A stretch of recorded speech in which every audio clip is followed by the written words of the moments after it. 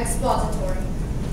Ladies, how many times have you gone to Macy's, tried on the cutest heels, you look in the mirror and think to yourself, oh gosh, I look like a skyscraper. Or how many times have you seen that one cute guy across the room, you get closer and you find out he's 2 inches shorter. Gentlemen, or also ladies, how many times have you gotten in an airplane, a bus, or any small vehicle and your knees touch the front of the seat? Or you're laying on the couch and your legs hang over to the other side. Or how about this one? When you have to take pictures with shorter people and you have to bend on all glue though, just to be the same height as them? Don't you hate all these struggles? Don't you wish you were a little shorter? Well, I have 2 words for you.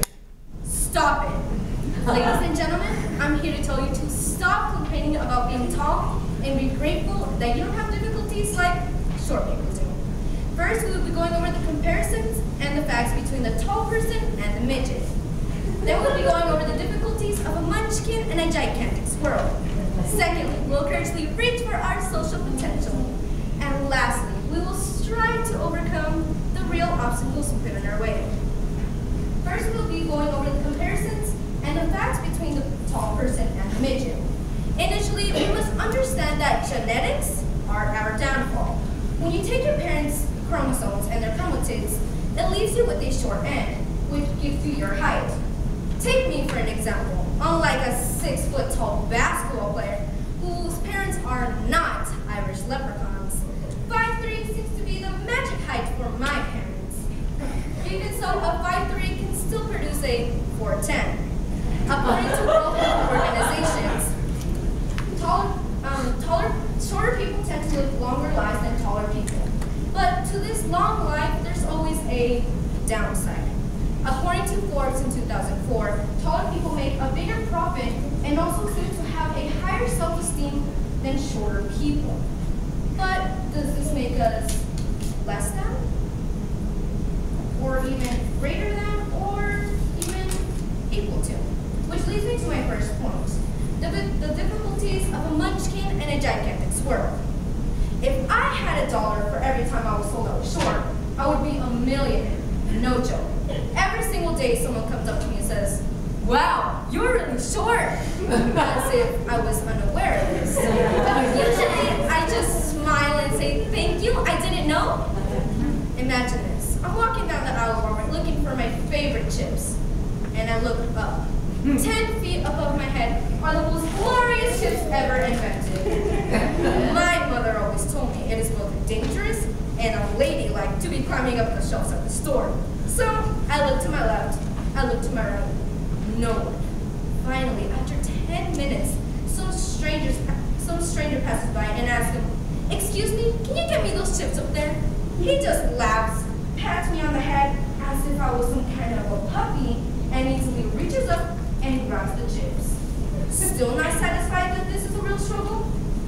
Cooking a meal is like a workout for us. Having to climb on whole countertops, or even having to use a stool to steer the big pot or wash the dishes. I'm pretty sure you normal-sized giants have no idea what I'm talking about, and where you don't live in fear of falling into the sink, and where this is a constant concern for me. Have you ever been to a play or been to the movie theaters? So the first thing you do is look for the absolutely perfect seat. After finding it, you just sit back and relax. After 5 minutes into the film, you look towards the door and you notice that one girl who just got her hair done. You look in front of you, no one's sitting there. You're just hoping and praying she doesn't sit in front of you, but life's unfair. And she sits right in front of your view. And the whole time you're trying to sit through and pass it anyway to see the movie theater, but it's useless.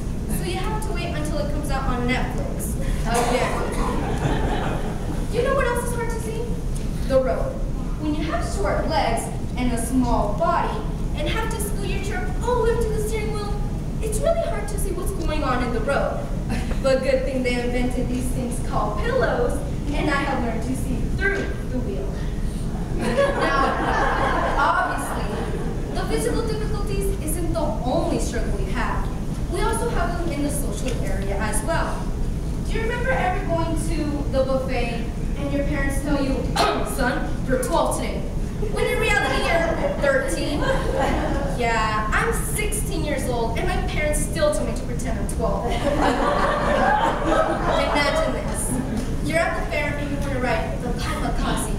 But in order to ride it, you have to be a certain height and be accompanied by an adult.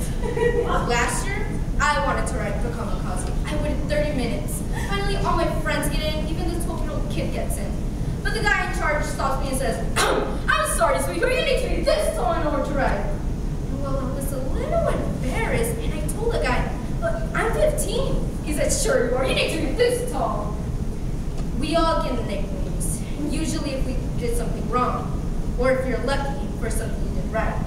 But some of us get called nicknames for our appearance, like ugly, fat, midget, dwarf, shortstop, little munchkin, etc. But we short people just get used to it as we face the fact that this is who we are and we can't change that. A big social problem us short people have is when it comes to dating. Now, let me tell you about my homecoming experience.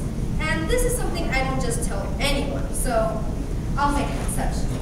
This is the date. Struggle number 1. Looking for the absolutely perfect dress.